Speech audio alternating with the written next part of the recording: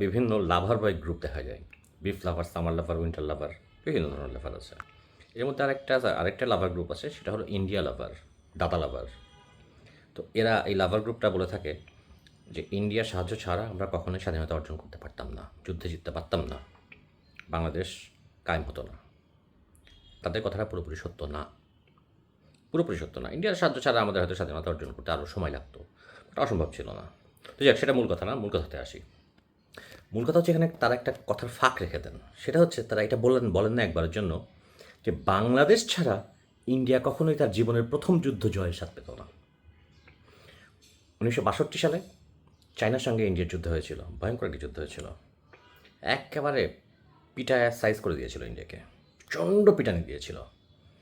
এরপরে 65-তে পাকিস্তানের সঙ্গে যুদ্ধ হয়েছিল। পাকিস্তানের সঙ্গে যুদ্ধ তারা প্রথম দিকে আগে ছিল, কিন্তু শেষের দিকে সে পিটানি খাইছিল, রাম প্যাদানি যাকে বলা হয়, সেটা ইন্ডিয়া খাইছিল। প্যাদানি খেয়েছিলেন বেসিক্যালি। আধুনিক যুদ্ধে যেটা হয় সেটা হচ্ছে জয় পরাজয় খুব একটা দেখা যায় না, হ্যাঁ, এটা হয় না। সাধারণত যুদ্ধবিরতির মাধ্যমে শেষ হয়ে যায়। যুদ্ধ জয়, স্বাক্ষর করে যুদ্ধ জয়, এটা খুব রেয়ার ঘটনা।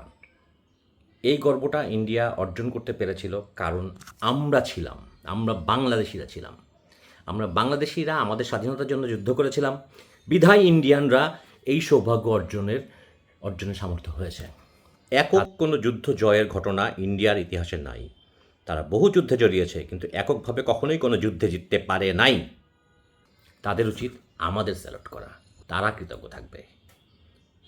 আমাদের জন্য তারা পৃথিবীর ইতিহাসে খুব রেয়ার একটা যুদ্ধ জয়ের ইতিহাস রচনা করতে পেরেছিল আমাদের সাহায্যে। That's it. বাংলাদেশ জিন্দাবাদ।